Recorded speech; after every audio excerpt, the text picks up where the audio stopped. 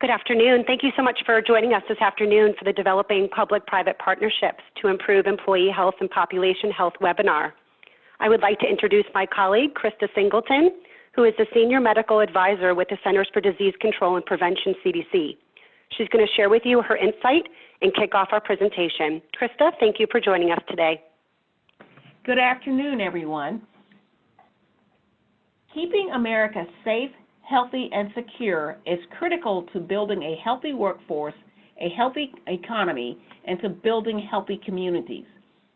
CDC is well known for its scientific expertise around new and recurring infectious diseases. It may not be as well known that CDC and our state and local public health colleagues have immense expertise in developing evidence-based interventions that affect the health conditions and behaviors of their communities.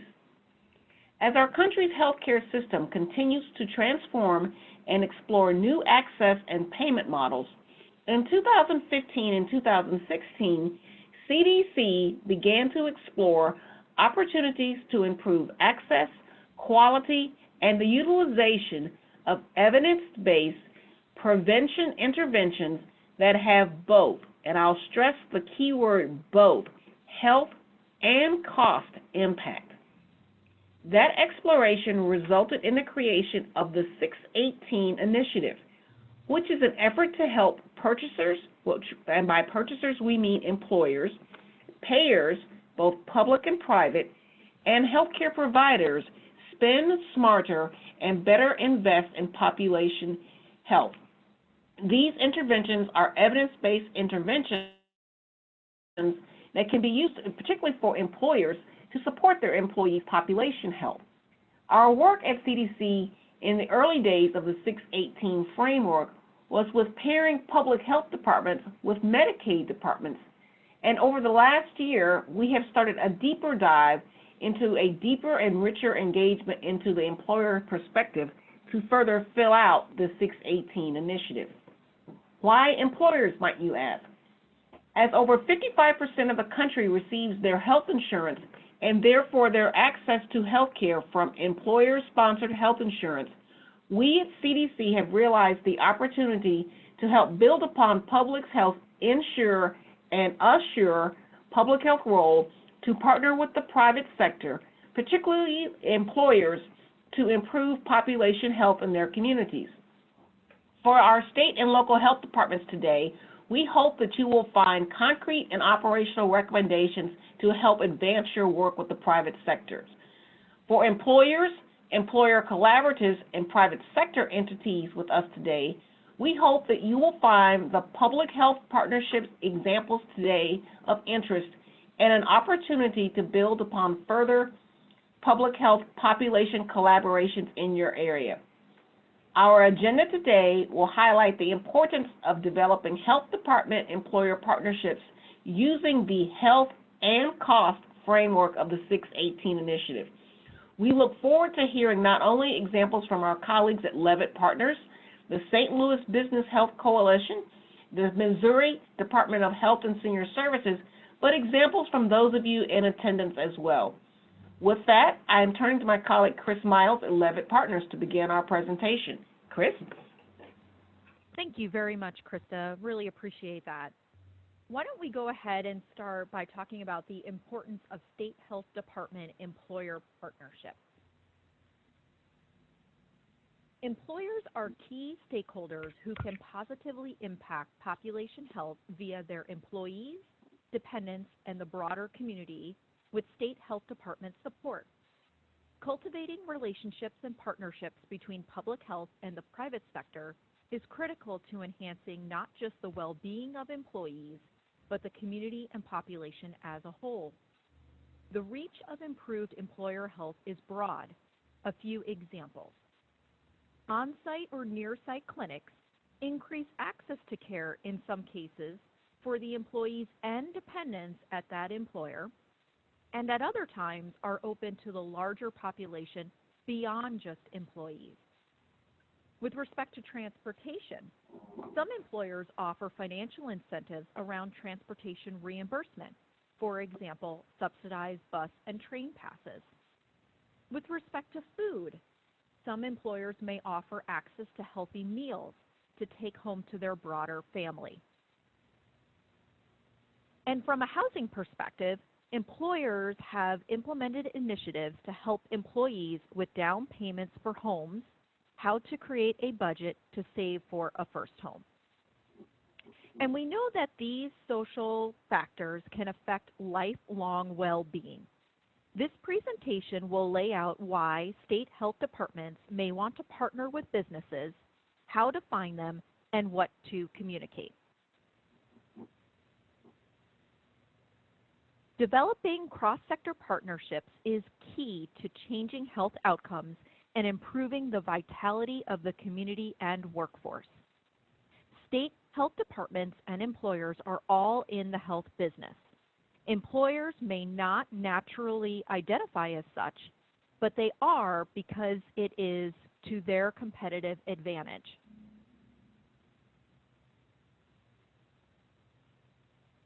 Employers often measure their business financials, which are impacted by insurance costs, productivity, satisfaction, retention, and engagement. For example, a National Business Group on Health Optum survey highlighted that employees who reported high well-being scores reported higher levels of job performance than those who had fair or poor well-being. Improving health, safety, and well-being is good for business, good for employees, and good for the community. With the costs of benefits increasing, employers may be likely to react positively to state health department initiatives and recommendations. A Levitt Partners 2018 survey indicated that 90% of employers believe emphasizing wellness and prevention will contain costs. What types of programs might those be? Well, according to the National Business Group on Health, 58% of large employers provided access to health and lifestyle coaching through telehealth services in 2018, with 9% adding this service in 2019. Large employers are also directly contracting with ACOs and high-performance networks, which increased from 3% in 2018 to 11% in 2019. Employers may benefit from the types of healthcare cost containment and employee well-being strategies that state health departments can provide. The advent of value-based care and increasing healthcare premiums and out-of-pocket costs are on the top of many employers' minds, which makes them interested in addressing wellness. Self-funded employers, which are those that are financially responsible for the health care claim costs of their employees and eligible dependents, are generally larger organizations and usually have access to claims data and are better positioned to be able to assess the impact of programs on prevalence, risk factors, etc. Yet many do not have the capacity or expertise to effectively implement evidence-based strategies to improve employee health, which is where state health departments can assist. For example, corporate social responsibility initiatives are a possible means of engaging employers on this topic, in addition to the direct and indirect financial benefits they receive. Employees report, however, that they do not have consistent access to services that could help them manage their health. CDC's 618 initiative offers resources and framing for state health departments to use with employers to help them meet the needs of their workforce and community. Additional resources may be found in the customizable slide deck for state health departments available on the CDC 618 website. Now let's go ahead and talk about state health department outreach to employers.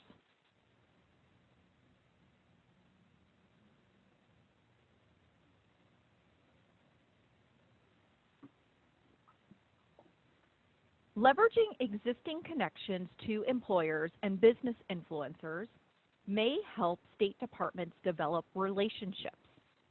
Knocking on doors and targeting employers one by one is tedious and may not be an efficient use of resources. Whereas work through business influencers like business groups on health or HR associations, in addition to brokers and consultants, have the power to impact and affect purchase decisions of others and or with employers as members.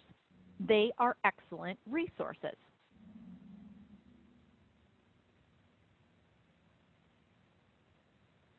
In addition, business coalitions will allow you to reach out to many employers simultaneously rather than multiple one-off efforts and can help spread the word about your work and initiatives.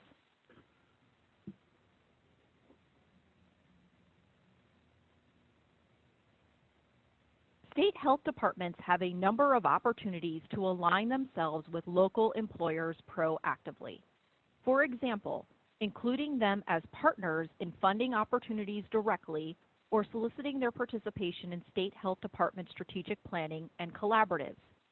Community-based partners may also have connections to local industry, and hospitals and health systems should not be overlooked, both as employers but also as general collaborators. Employers may be particularly receptive for additional support, resources, and work product examples that might be able to be leveraged. Now let's talk about some strategies for consideration in communicating with employers. When communicating with employers, it's critical to make your case by framing your content in a way that is compelling to your audience to help improve its impact. This framing should include data that is as customized and relevant as possible in terms of the employer's industry, employee demographics, and geographic location. Key takeaways, as opposed to a more academic style approach, will likely resonate, as will using infographics and brief, direct language.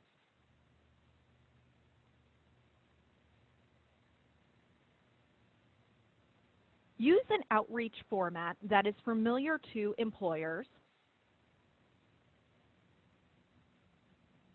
Understand what drives the decision of your audience using clear and concise language, executive summaries, visuals such as infographics, metrics that matter to employers.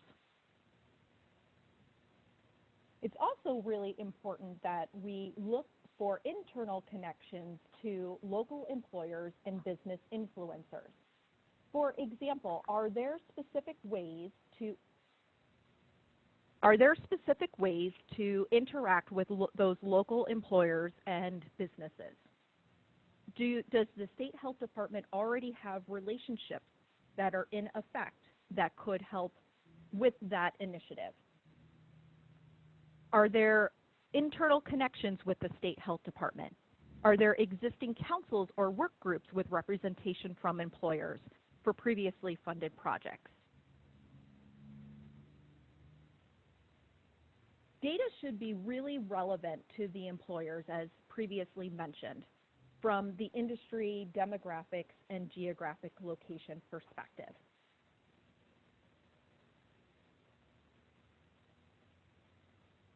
Important is to use statistics that are highly relevant to the employer at hand. Specifically, when communicating with employers, you want to make sure that the content is compelling in a way, the content is displayed in a way that's compelling to your audience to help improve the impact. This framing should include data that is as customized and relevant as possible in terms of the employer's industry, employee demographics, and geographic location. Key takeaways, as opposed to a more academic style approach, will likely resonate, as well as using infographics and brief, direct language.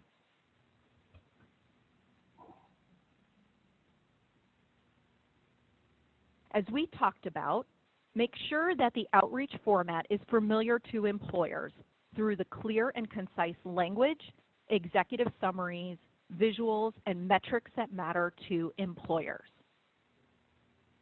Let's take a look at an example. Here we are looking at geographic and age-specific data for Nashville residents. With this data, state health departments can customize messaging for Nashville residents and employers based upon average employee age and assumed dependent age. Nashville residents with an average age of 46 scored higher in adult obesity and smoking and had more hypertension and depression as chronic conditions.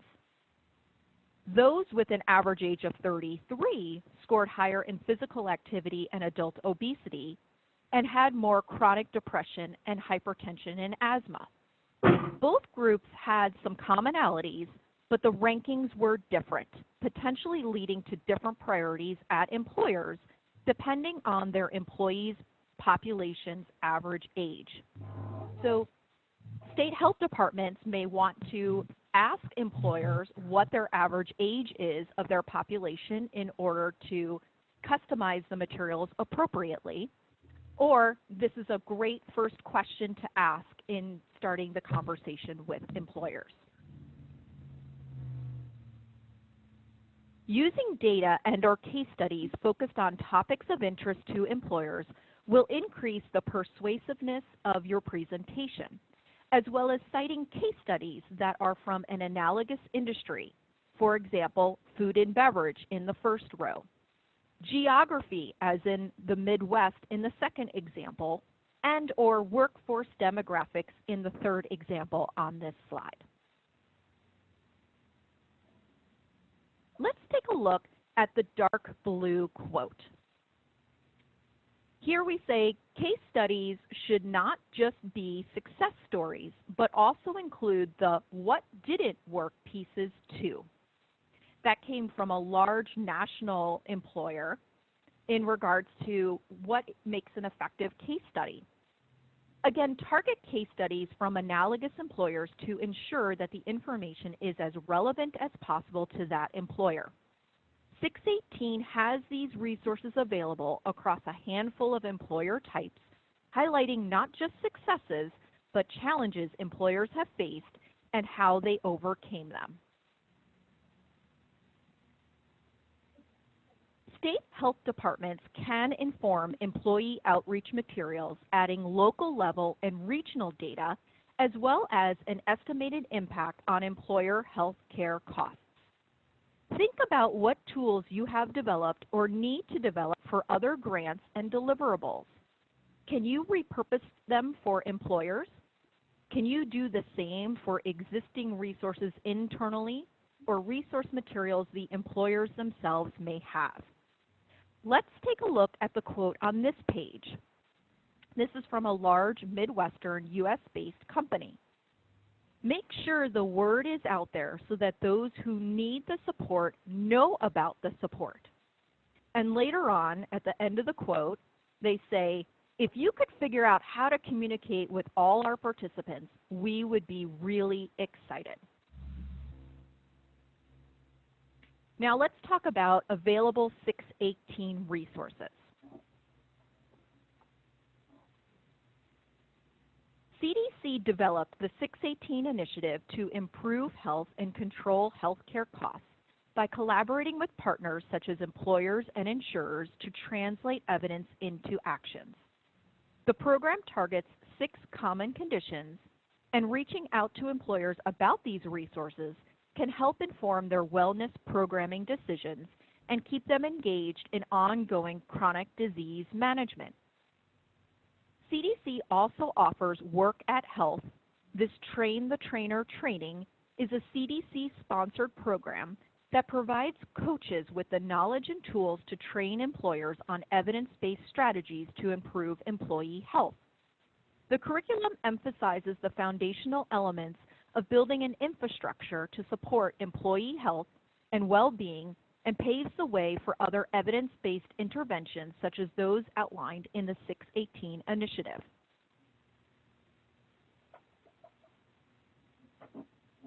Additionally, the 618 group at CDC has created a presentation template for state health departments to customize to their employer audience and for use within their state and locale. There are 3 key sections: chronic disease background, the importance of employers in improving health, and available 618 resources. But the key to making this presentation as compelling as possible is to incorporate local data, information, and experience. And whenever possible, include disease-specific topics that you know are of interest to your audience and relevant to that employer, or if you don't know the employer, to their industry. Finally, the 618 initiative is developing case studies to generate employer interest and serve as ideas for improving employee health. These case studies will highlight not just successes, but also the challenges faced and how they were overcome by each organization.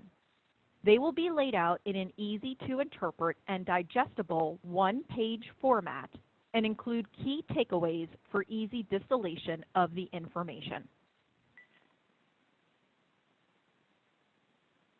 To recap our takeaways, state health department employer partnerships may have a mutually beneficial impact on population health and indirect health care costs. Leveraging existing connections to employers and business influencers may help state health departments develop relationships. Communication that is relevant, compelling, and whenever possible, tailored to the industry, geography, and demographics of the employer may help improve messaging impact. Resources are available through CDC's 618 initiative, as well as the CDC Work at Health program and the CDC Workplace Health Resource Center.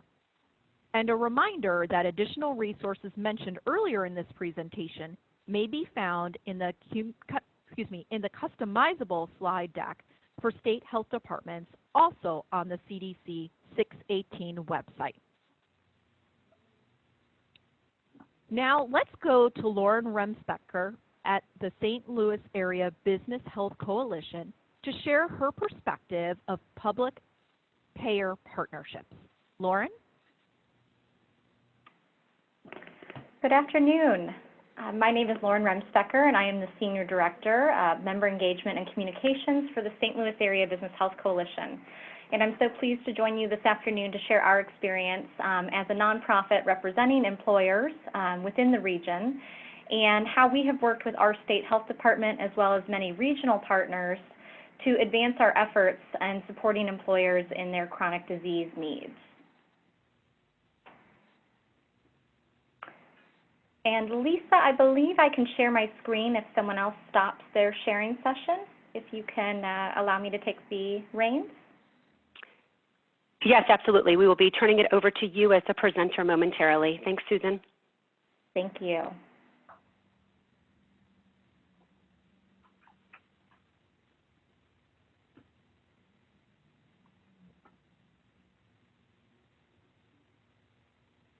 Okay, wonderful.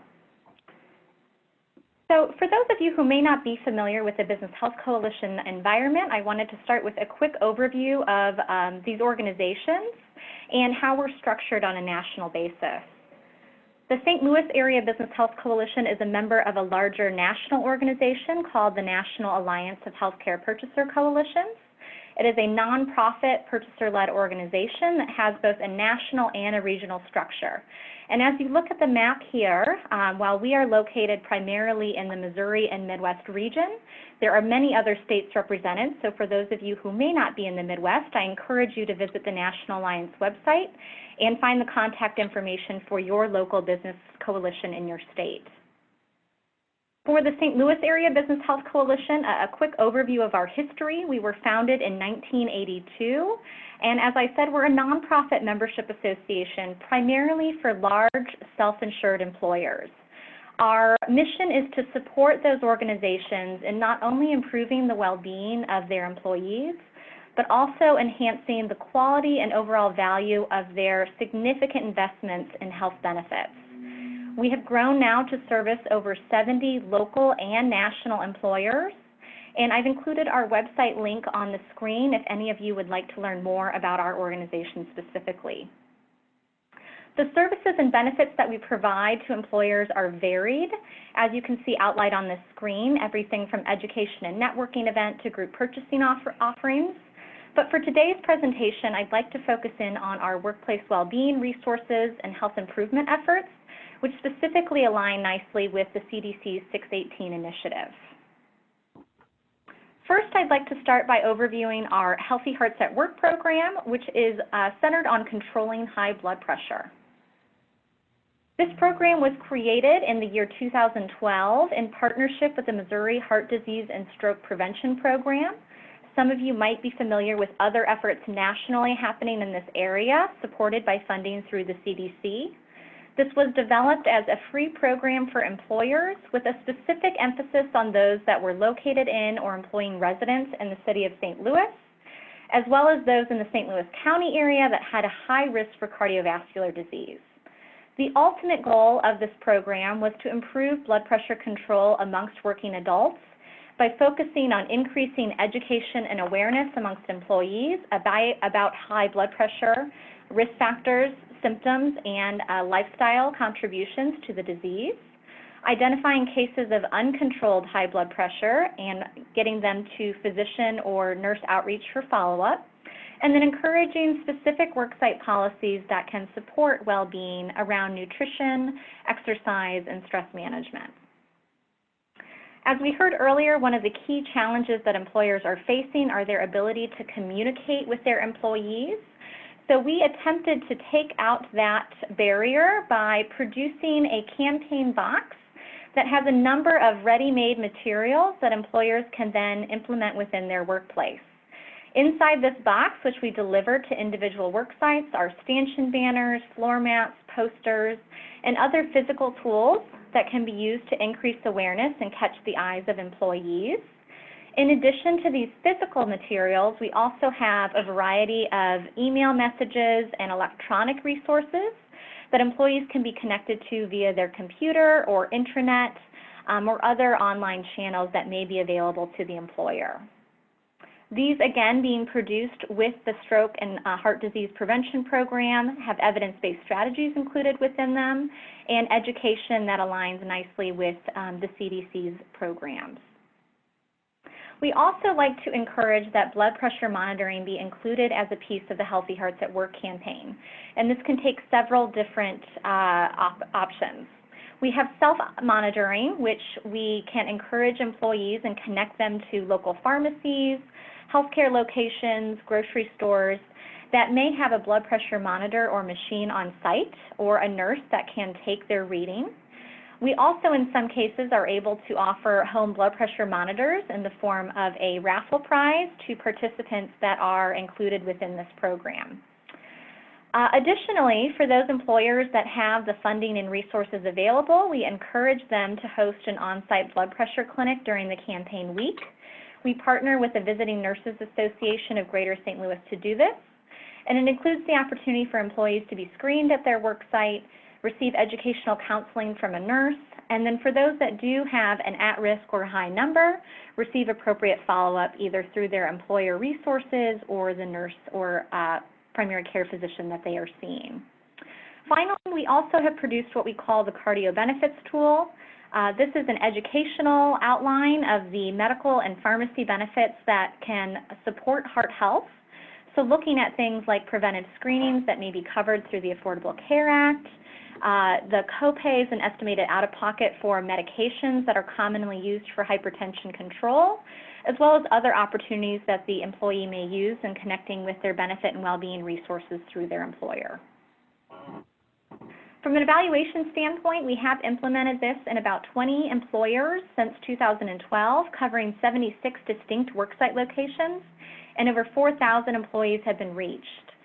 You can see we've also had a significant ability to offer blood pressure checks, and then we are conducting both pre- and post-test surveys to understand changes in participant knowledge and barriers.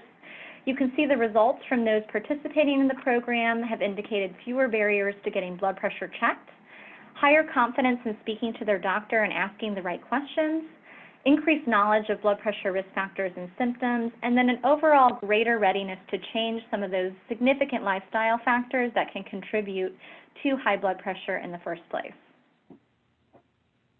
Moving on to our next campaign opportunity, the St. Louis Antibiotic Resistance Can Harm program is focused on improving appropriate antibiotic use.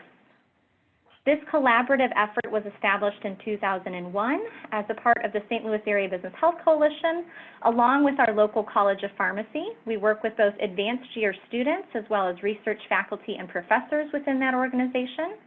The Missouri Department of Health and Senior Services has offered both funding and expertise from a public health perspective.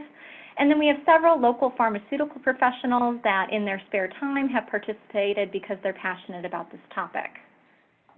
One of the resources we offer through this program is a health fair table. Again, another opportunity to communicate and increase awareness amongst employees. For this, we give students at the St. Louis College of Pharmacy the opportunity to attend and provide on-site education. This includes our educational Does This Bug Need a Drug game, as well as some free giveaways that I'll describe in a moment. Upon going through the educational conversation with the student, we do ask participants to complete a survey. Our most recent survey results show that we're having a very high success rate in increasing knowledge about different factors contributing to antibiotic resistance, as well as people feeling more confident in their ability to use antibiotics appropriately. The giveaways that I mentioned earlier are a cold and flu treatment kit. So for those that might be dealing with a virus and are unable to use an antibiotic, it gives them some symptom treaters and other tools that can be used to help with their illness. Attached to each one of these, we also include a pamphlet which includes educational information about the difference between bacteria and viruses, how antibiotics should be used and what illnesses they are appropriate for, and for those with the virus, how they can go about treating their illness in a better manner. This is also information that was pulled directly from some of the CDC websites, and we do refer that on the pamphlet so that people can visit that website for additional information if they want to learn more. We've also adapted this into a lunch and learn opportunity for those organizations that perhaps don't have a health fair or want more of an in-depth educational option for their employees. And again, covers very similar topics to those within the pamphlet. But we found this works really well in giving employees the opportunity to have a question and answer period and get specific support from a researcher or professor at the St. Louis College of Pharmacy. And finally, our communication toolkit. This was something we put together specifically with the employer audience in mind. It builds the business case around why they should be focused on antibiotic resistance and how it impacts their workplaces. We've included sample educational and communication materials in the form of newsletter and social media content. We've outlined some specific illness prevention practices that they can share with their employees, such as washing hands, staying home when you're sick, offering vaccines and making sure that people are getting age-appropriate vaccinations. We also place a heavy emphasis on health benefit strategies, so looking specifically at things like the National Choosing Wisely campaign, which focuses on informing patients with the right questions to ask their physician, such as, is this antibiotic necessary and appropriate for my condition? Locally, we have a great resource called Choose Well STL, which is a website that provides quality information for healthcare providers and hospitals in the St. Louis region. It does include several specific metrics around appropriate antibiotic use, and we encourage employers to share this information with their employees so that they can select the providers and hospitals that are following those stewardship practices appropriately. Healthcare-associated infections are also a major concern for employers. We encourage them to look at their healthcare claims information to understand those that might be impacting their population and how frequently it's happening, and again, connect them and their employees to safety information for local hospitals about the prevalence of these different infections. And then finally, we offer some cautionary information about telemedicine, which we know has been a really great access tool for a lot of employees in the primary care environment, but has contributed to some overuse of inappropriate antibiotics. And so again, ensuring that the vendors that employers are working with are following evidence-based practices and that employees know the right questions to ask when they're dealing with those providers. Our most recent campaign that we've undertook is around type 2 diabetes. This is an employer-led initiative which we kicked off at the end of 2018 with our planning process and will continue through our 2020 year. We're focused on preventing, better managing, and reversing type 2 diabetes amongst employees and family members. And we've undertaken a number of community partnerships to do this. We have 2 employer co-chairs for the initiative, Anheuser-Busch and Bi-State Development. We have 3 campaign sponsors, including the Missouri Department of Health and Senior Services. And then we've connected with local community organizations, including the American Diabetes Association and the Gateway Region YMCA to support our efforts. Although this campaign does focus on more than just the prevention of diabetes, I did want to focus in on that particular topic and strategy area for today's conversation. We've broken out some of the strategies that we recommend to employers in 3 distinct buckets. First being building knowledge amongst their employees, their leadership, and their HR and benefit teams. We have provided them with educational tools around risk factors and preventive lifestyle tips for prediabetes and screening guidelines. We also created a communication toolkit, which we debuted during Diabetes Awareness Month this past November. For deciphering the data and understanding that a lot of employers, though they may have access to data, do not quite understand how to use it or get the appropriate reporting. We are connecting them with national and regional benchmarks for commercial claims data and public health data.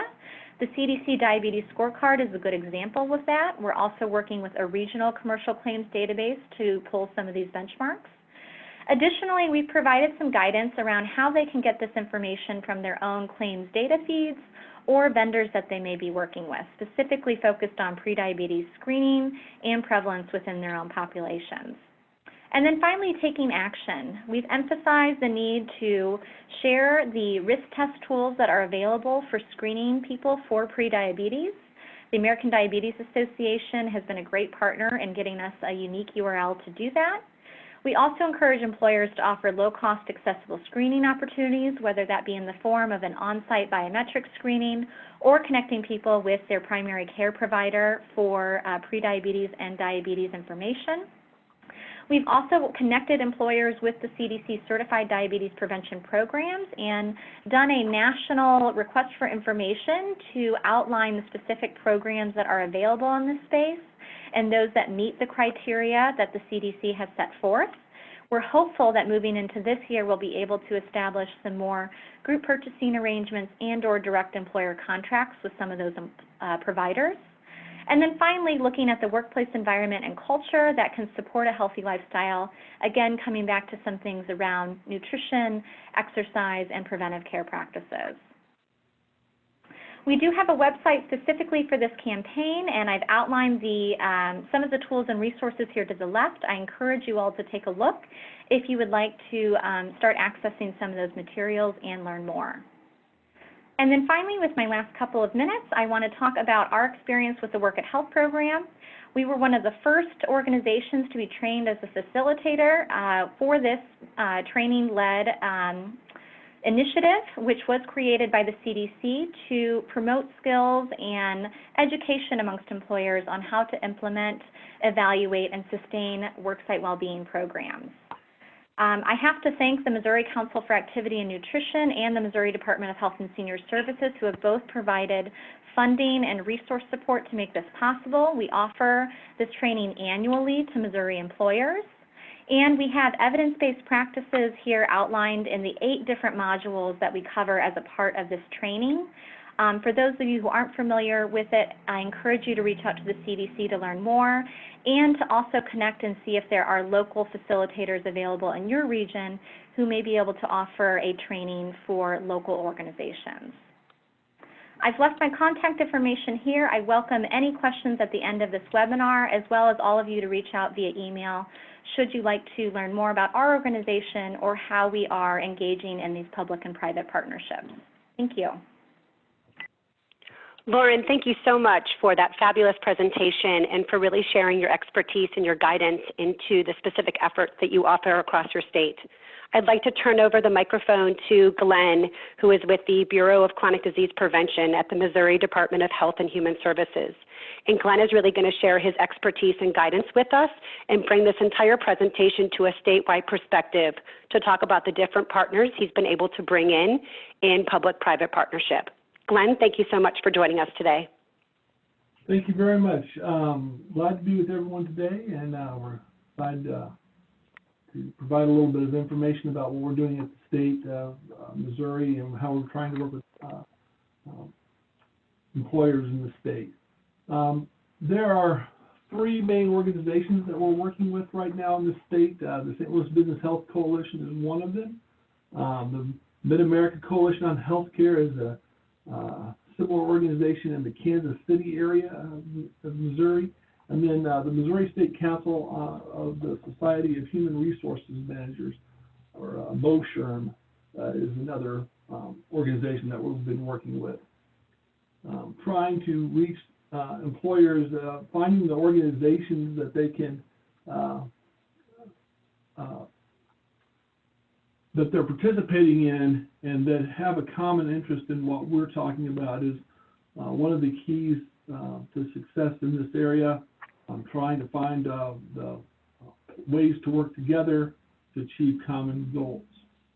The St. Louis Business Health Coalition, she already talked, Lauren's talked about Defeat Diabetes STL and Healthy Hearts at Work. Those are different pieces that have been in place for a while, but we're doing it. We're using some of our 1815 funding to work with the Defeat Diabetes STL campaign and sponsor that, and to work on the Healthy Hearts at Work. We're working on hopefully putting together some information on that. If we go back on the state perspective slide, I'll talk a little bit more about the Mid-America Coalition there. And the Mid-America Coalition on Healthcare, we're working with them. They've done some pretty extensive surveys and stuff, find out what's going on in the area, what employers are putting in place, and gotten a lot of information about what's going on with diabetes in that area. Mainly our surveys there have been focused on diabetes that they have done.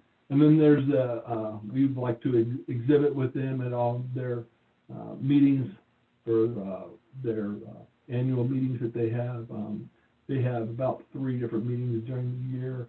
We participate in 1 to 2 of those in the year currently. And then the MOSHRM group, we exhibit at their statewide annual conference and try to help them as much as we can, trying to promote diabetes prevention program and our SMBP programs that we have going on for employers in Missouri. Okay, now we can go ahead and go to the local perspective slide. And the St. Louis County Health Department is one of our partners in our local area, along with St. Louis City Health Department. We got involved with those 2 organizations when we put together our 1817 grant. Our grant focuses on the St. Louis area, and those 2 public health partners were very important for that 1817 grant. They do have different functions and things that they provide in that program. You can see here the St. Louis County Health Department has a training center, and we're working with community-based community health workers. There's a referral system management that they're working on, as well as a directory for lifestyle change programs. We are working on a project with St. Louis Business Health Coalition, where they're working with us to identify people for testimonials that have been through lifestyle change programs, and we're working on collecting video testimonials of those folks as well. And then St. Louis Business Health the St. Louis County Health Department is contracted with Washington University and SLU in order to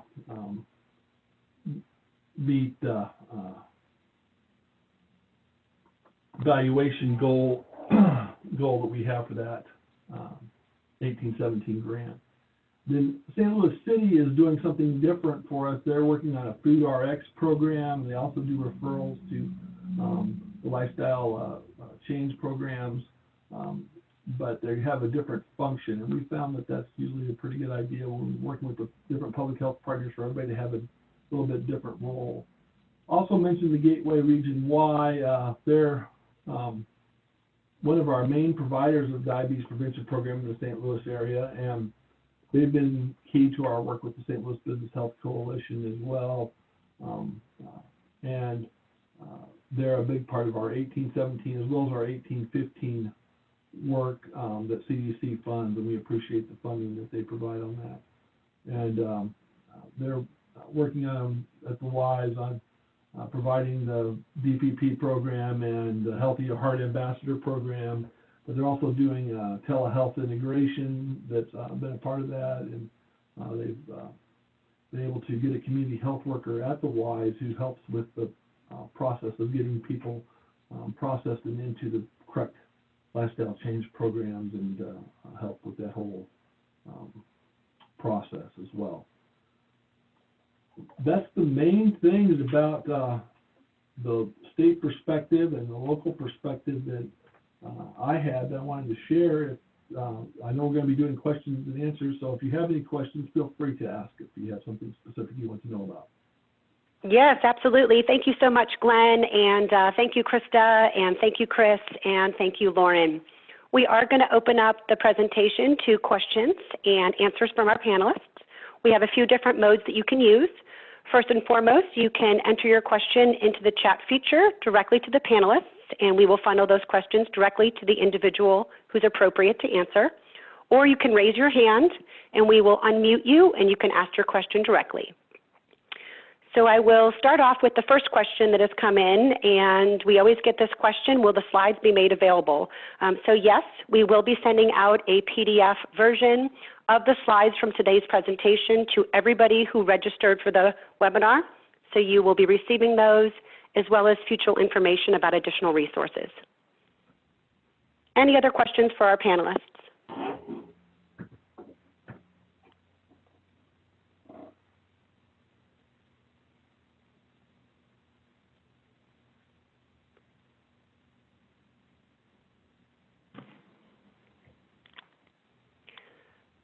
Wonderful. So we have a question that came in from Sarah from Washington, and she was asking regarding the referral system used by the St. Louis County Health Department. What system are you using, and how can employers participate? Lauren, can I direct that question to you?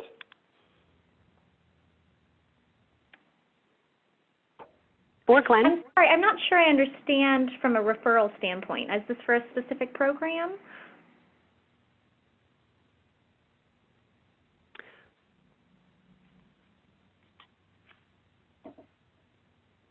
This is Glenn, and I can probably speak to a little bit. The referral system that's in place, we're still working with identifying which ones they're going to utilize. There are some systems that have been put in place. They're already there. We've put an extensive place in. We did a process called a journey mapping process that was done to identify what all processes were there.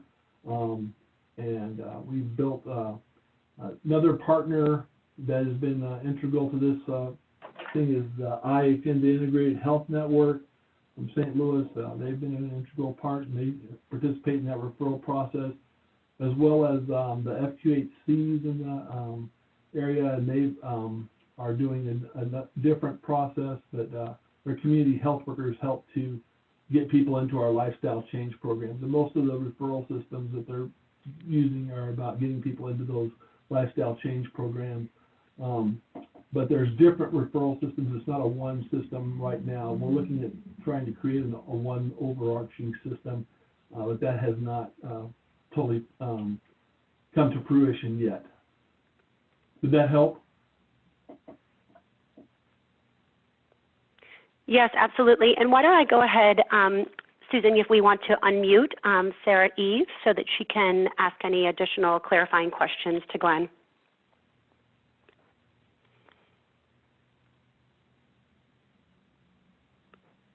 Sarah Eve, you should be unmuted. Yeah, I don't have any additional questions. That was the information I was looking for. Thank you. Wonderful. Thank you, Glenn. I do. Oh, Nope, you've got the line, Sarah Eve. I'm sorry. Okay. My question had to do with in our state, we have a connection with our Office of the Insurance Commissioner that can give us a pathway to reach the commercial health plans in our state. And I'm wondering, because I know this presentation was focused more on employers than the health plans that serve them, but I guess I'm just wondering if there's any advice for us as we head down that pathway. We're specifically looking at SMBP and DPP.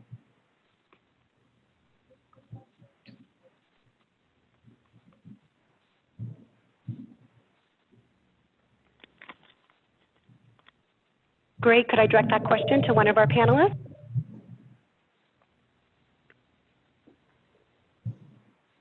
Lisa, this is Chris Miles. I can take a stab at that. Sarah, you know, the best way usually to involve the insurance plans is really to you know, find a contact that's responsible for population health at the plan and initiate conversations with them to really understand you know, the programs that they're currently covering and what criteria they're using for the coverage determination from that perspective. But usually working with the individuals at the plan directly is candidly the most direct route to go. Great, thank you so much.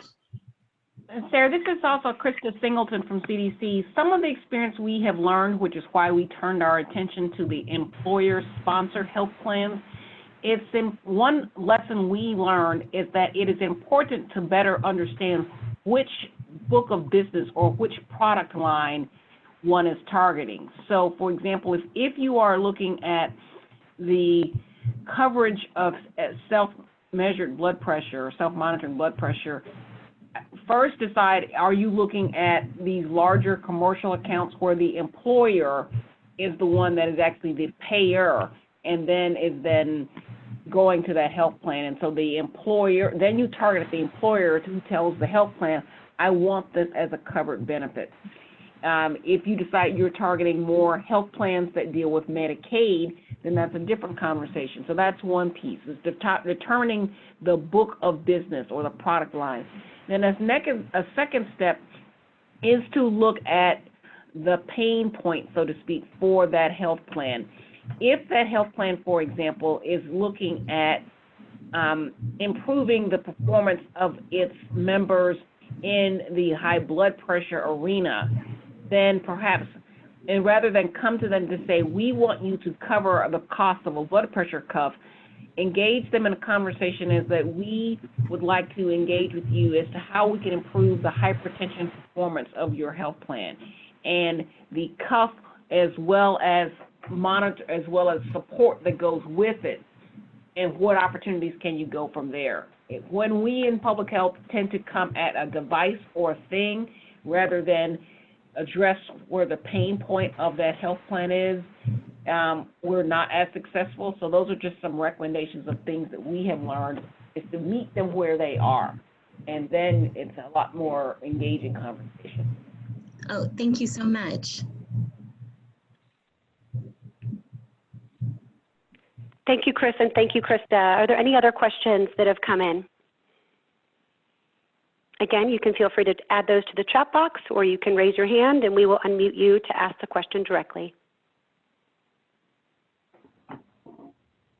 Lisa, this is Krista. I had a question for Glenn. He mentioned in his slides about the work with the Human Resources Organization, and in Chris Miles' presentation, she suggested going to some of these larger gatherings rather than employer by employer. What types of messaging or approach did you use, Glenn, when you went to the human resource groups? Yeah, we took messaging and talking about our diabetes prevention program. We kind of adapted some that we had used with some doctors' offices and things, but we had created some brochures for the population about the diabetes prevention program, and we had done some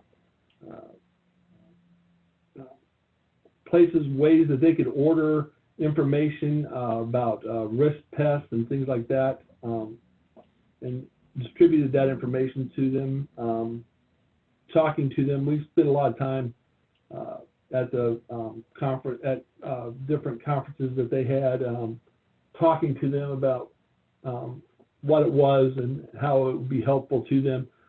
They all worked on, not all human relations people work on benefits, but there's a good number of them that do, and that's a big interest of that whole group. So they're curious as to how it might be helpful to them and their employer that they're working with, and how it may save them money and what it will do for them. So we target it along those lines as how it may help them with costs, and try to give them some information on that. But we have some general information that we hand out that they take as well. So I hope that answered your question. Yes, thank you. Great. We probably have time for one more question before we wrap up and share with you more information about the tools and resources that you will have made available to you after this presentation. Lisa, it looks like Laura Whalen has her hand raised. Laura, I can unmute you here.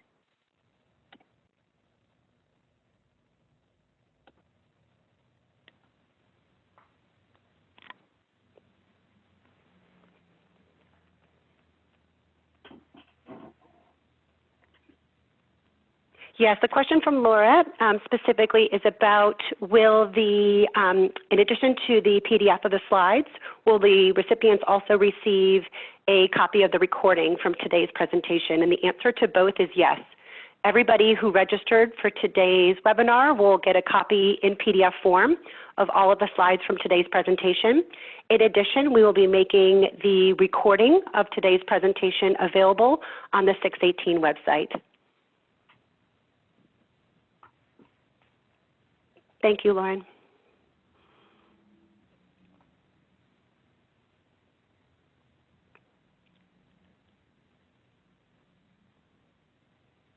Wonderful. So with that, we will be making a copy of the PDF available to you. You will also have a link directly to the recording from today's webinar. And we also mentioned several tools and resources that are in development that we will be sharing with you in the next couple of months.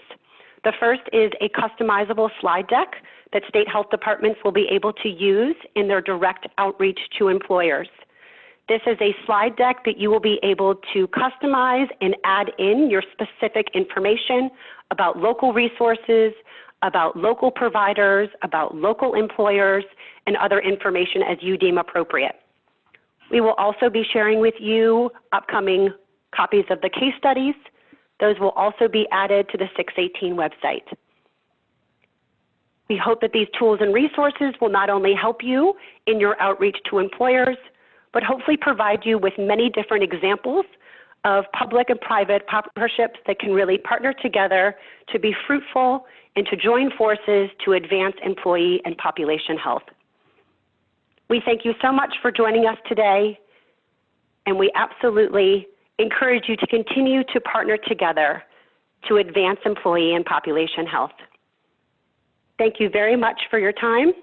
Thank you to all of our panelists today for your expertise and wisdom. Thank you for sharing your stories.